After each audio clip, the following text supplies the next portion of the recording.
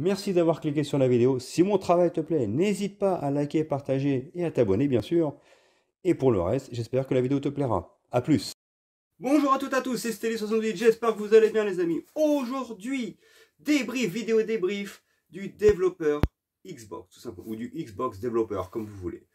Le moins que l'on puisse dire, c'est que ça a été une conférence efficace et qui surtout, par rapport à la concurrence qui présente des jeux qui sortent en 2048, des jeux qui sortiront cette année. Oui, je troll, c'est vrai qu'Hellblade en l'occurrence, bon, Avowed, ça fait très longtemps qu'ils ont été montrés, mais la différence par rapport à Sony par exemple, et c'est vrai, c'est qu'il n'y avait pas de date de sortie.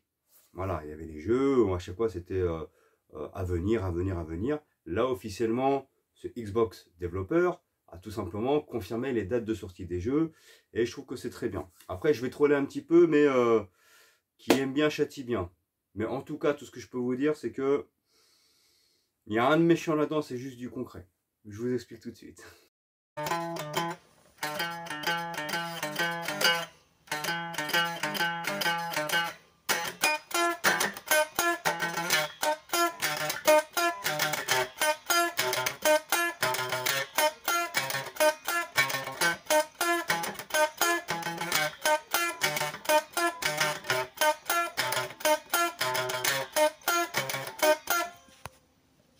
Donc les amis, comme je vous disais en fin de vidéo, je vais troller. Mais d'un côté, les gens ils donnent le bâton pour se faire battre, donc je suis obligé de les troller. Alors, premièrement, s'il y a une chose qu'il faut admettre, c'est que Sony, dernièrement, sur les annonces qu'ils ont fait, alors c'est pas pour être méchant, en l'occurrence, quand ils ont présenté Wolverine, je trouve que c'était un peu trop tôt de présenter un jeu qui sortira en 2025, 2026, on ne sait pas trop. Alors certes, Hellblade ou Evo, dans l'occurrence, ont déjà été présentés il y a quelques années, et c'est vrai. Mais il n'y avait pas à proprement parler de date de sortie. Et la différence, elle est là. Alors oui, certes, tu attends le jeu, tu es frustré, tu veux l'attendre. Mais tant qu'il n'y a pas de date de sortie, tu peux pas te dire, ouais, putain, ils sont relous, ils ont mis une date, il n'est pas sorti. Non.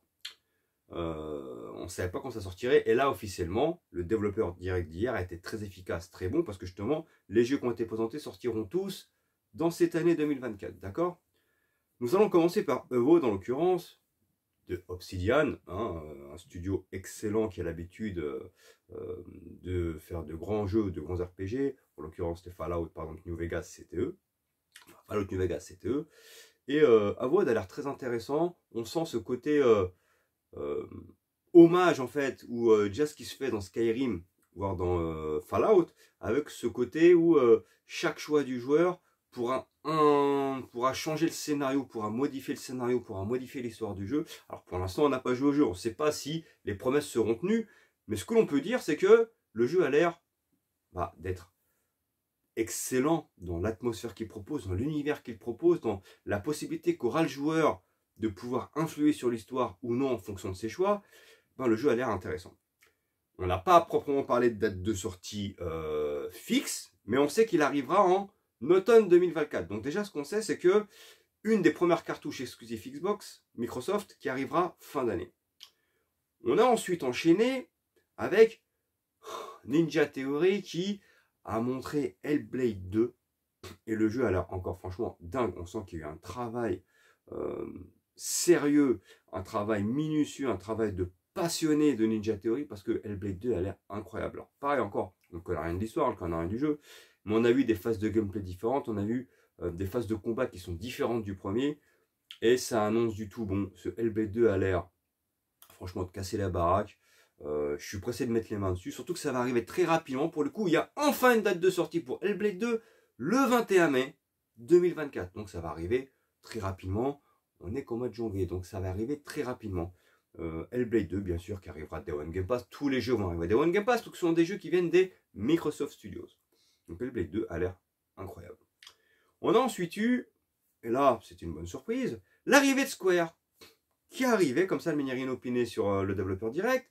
Et on voit que Square commence à se rapprocher d'Xbox et que peut-être que Square Enix s'est rendu compte que les partenariats qu'ils ont avec Sony en fait ne leur est pas profitable. Alors je dis pas qu'ils vont faire des exclusivités sur Xbox et lâcher Sony, c'est pas ce que je suis en train de dire. Mais peut-être que d'arrêter de sortir des jeux exclusifs sur une machine et les sortir en multi-support, ils se rendent compte que sur le plan financier pour eux ce sera beaucoup mieux, tout simplement. Parce que FF16 a été limite un flop.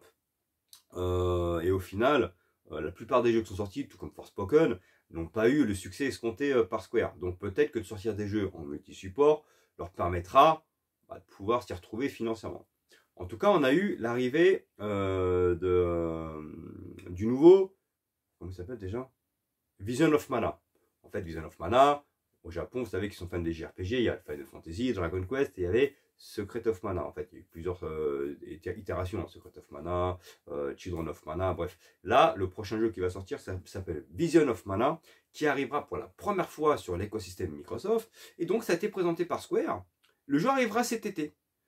Donc, j'ai pas trop compris s'il arrivera sur le Game Pass, ou s'il sera à l'achat. Tout ce que j'ai compris, c'est qu'il arrivera sur l'écosystème Microsoft. Donc il y a ce petit rapprochement de Square qui commence à mettre un pied de nez à Sony en disant bon bah on va peut-être commencer à travailler avec tout le monde. Et je trouve que c'est une très très bonne chose qu'a fait Microsoft. C'est très bien que Square ait pris la parole parce que justement on sait que Square et les JRPG sont des titres extrêmement joués au Japon. Et il est très malin de ramener Vision of Mana sur Xbox parce que ça permettra aux Japonais de pouvoir justement s'essayer à la Xbox, à l'écosystème Microsoft. Ça va permettre de booster, je dis pas les ventes au Japon, je pense que Microsoft a lâché l'affaire avec ça, mais de commencer à avoir un succès d'estime.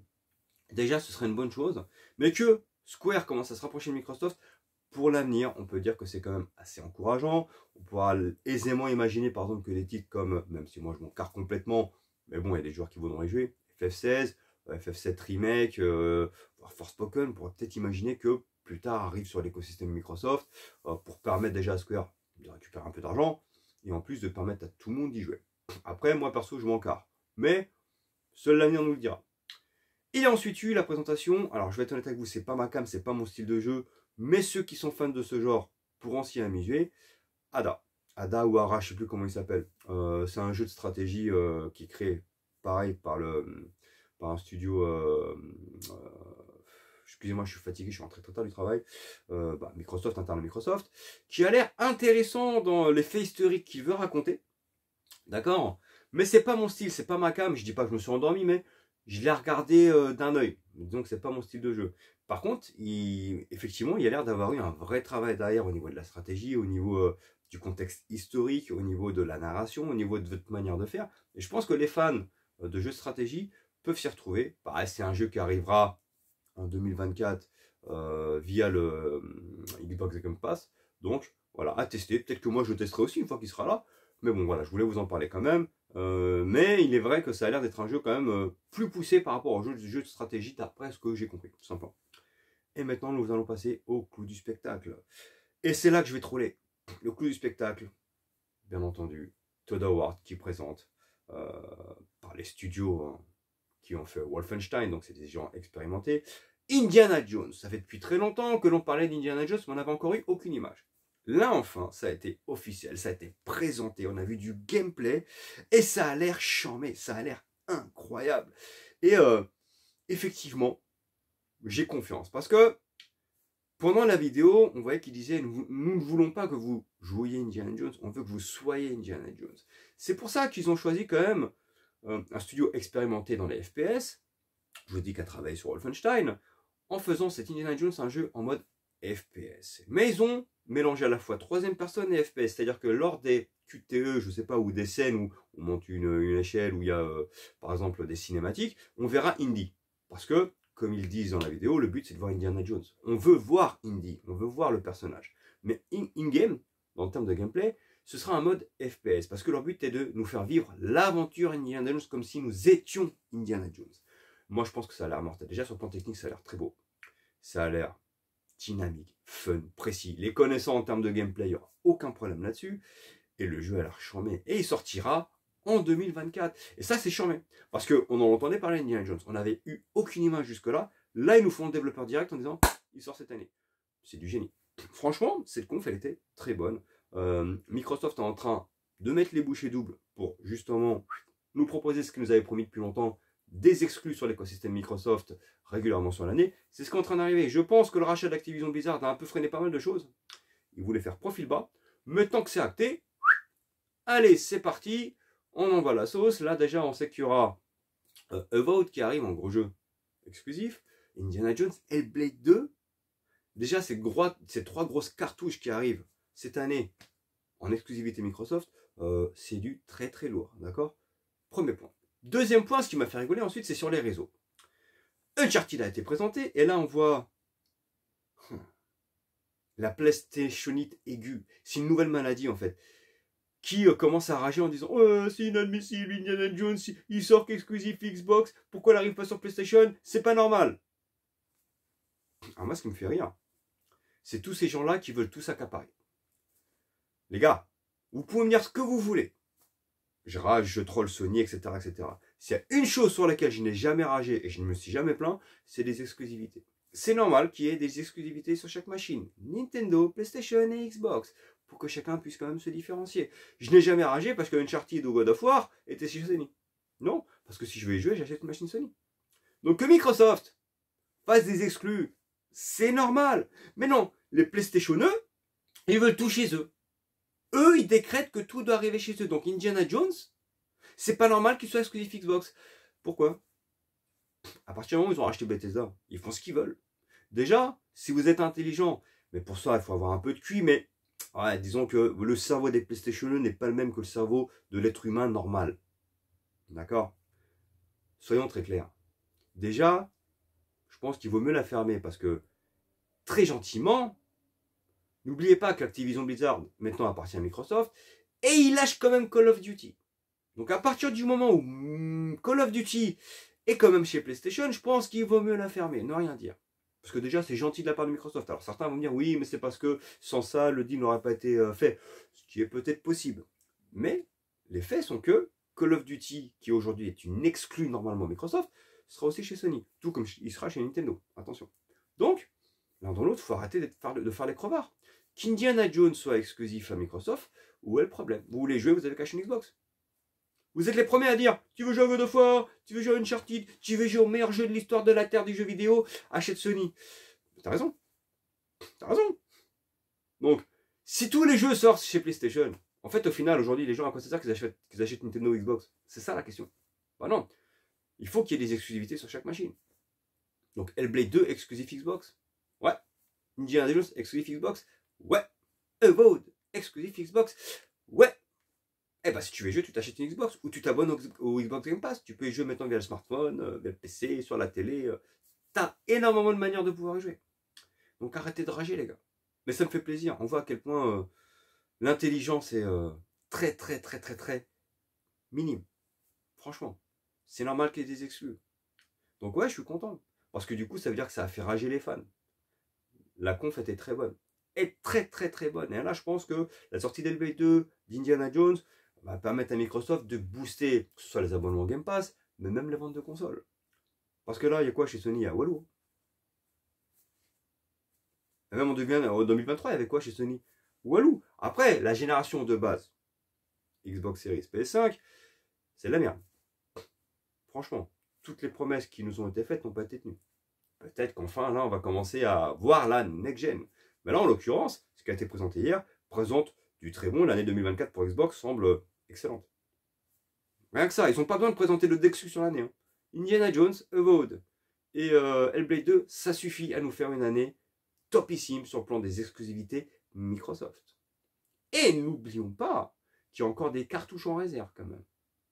On n'a pas vu de Gears 6, on sait encore rien. Perfect Dark, Fable, Elder Scrolls 6. Donc il y a d'énormes cartouches de côté. On peut imaginer qu'il y aura un Forza Horizon 6 qui va pointer le bout de son nez bientôt. Même si moi j'aimerais un retour de Project Gotham Racing. J'aimerais son retour. Faire une pause de Forza, passer à Project Gotham Racing, ça pourrait être excellent. Mais ouais, une très bonne conf, voilà. Après, je vous dis, le jeu de stratégie, excusez-moi, je ne me rappelle plus du nom, je me suis couché très tard. Mais qui a l'air